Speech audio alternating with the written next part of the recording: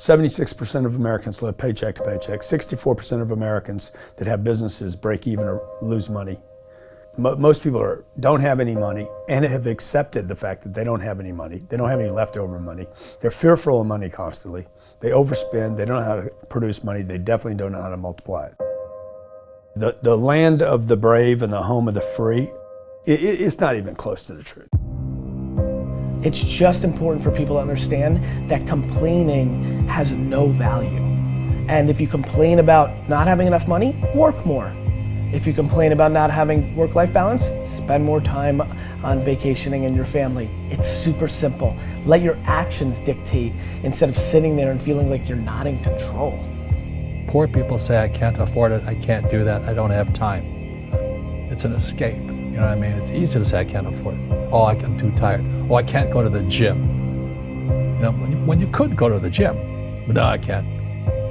Truth is, I'm just too lazy to go to the gym. Money doesn't have value, right? And this is an important thing that most people don't immediately understand, is that money itself doesn't have value. Money is a vector for transmitting value. It's how you express value.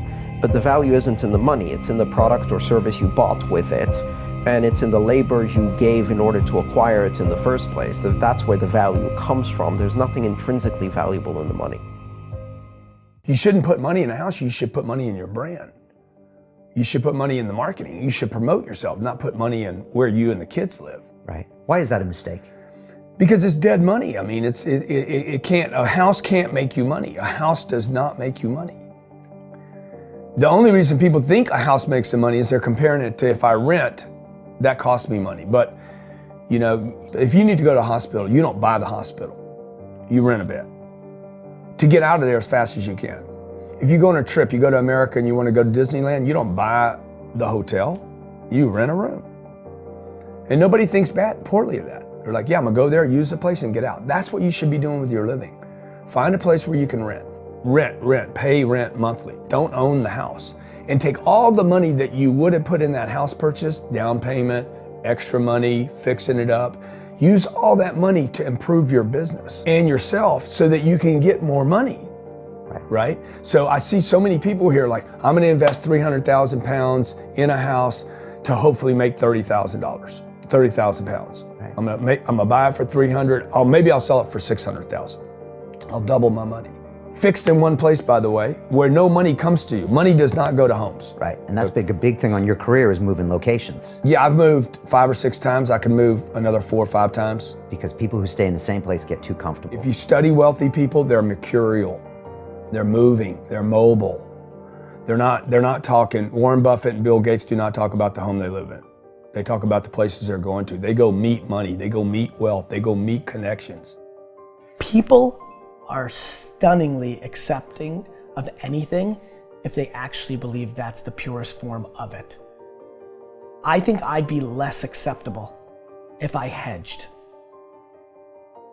I really do. People will accept you. People accept everything. Just be you. Be you, and clearly people react. When you're trying to fake something and you've got bad intent, well then that's visceral and we hate. But I actually think we don't give love to the person that actually knows they have it and they're trying to fake it to conform. Hence why I won't adjust to this market all the way, because I don't think I'll be respected. I know what my intent is, so why would I be scared? I want to build the biggest building in town. That's who I am.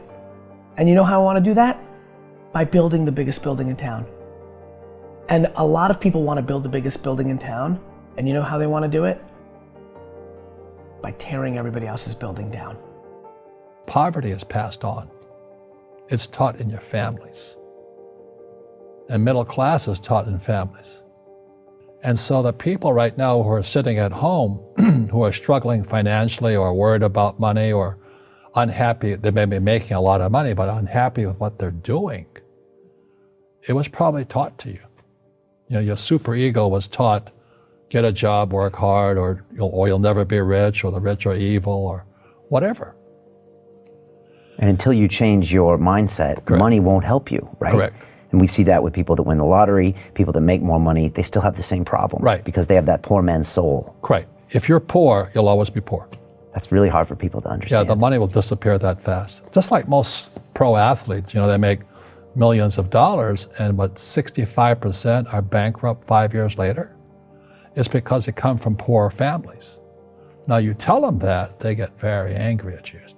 It's the rich fault. It's you guys ripped me off and government ripped me off. But unfortunately, what Mr. Lipton was saying, it's passed down genetically. That's the frightening thing. And it's interesting when you commit to something, little gifts just start automatically showing up. It's a phenomenal thing. It's happened my whole career. When I fully commit, somebody will bring me something. Okay. And then keep your eyes open. And by the way, the package may come wrapped in a package you weren't thinking about. Hard work. Or like a voice, or like a person, or maybe from a different direction than you thought, or an offering where you're like, you read something about this and that's not the thing. Like all throughout my career, it's come in weird kind of ways. If you ask for help and somebody shows up at the door, maybe invite them in. Okay. Regardless of what the packaging is or what you've heard about it or whatever. That's really been beneficial to me. Okay. How old are you? 44. I'm 40. Do you know how young we feel?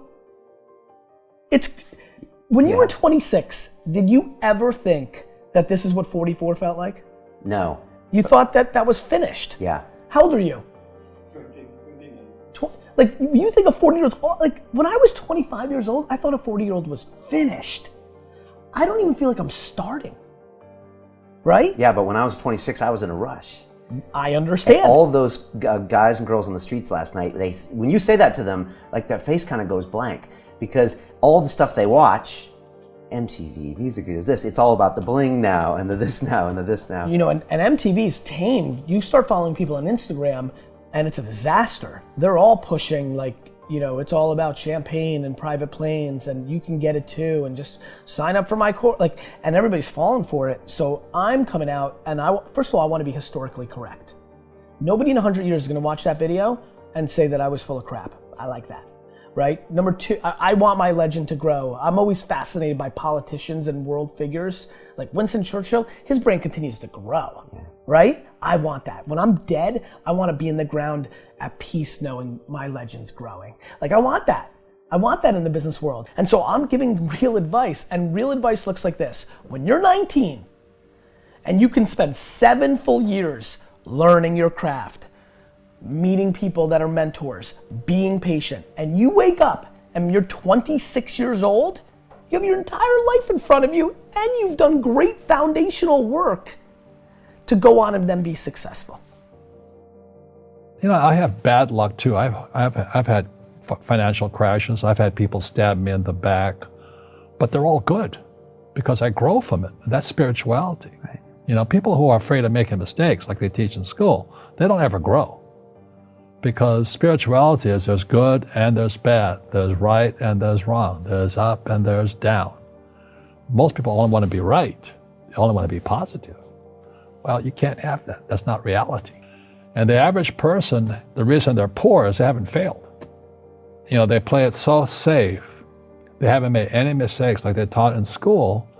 That means they don't learn anything. That's why the school system's actually fundamentally corrupt. It's anti-education. Right. Don't make mistakes and don't ask for help. And if I didn't ask for help, I have my accountants, my attorneys, my bankers, and all that. I go into business like a rugby team. Boom, boom, and we kick butt. But the average guy is standing there, I'm an A student, I'm going to do this all on myself, and a bunch of rugby players run you over, and you go, well, they're not playing fair. Yeah, well, you're playing stupid. You should have a team. You should have accountants, attorneys, and bankers, and all that stuff. But that's not the game I want to play. I said, then don't play the game. The game of business is played with accountants, attorneys, bankers, hate to say it, politicians. You got to know the game. I don't want to hustle. I want to prosper. I don't want to grind.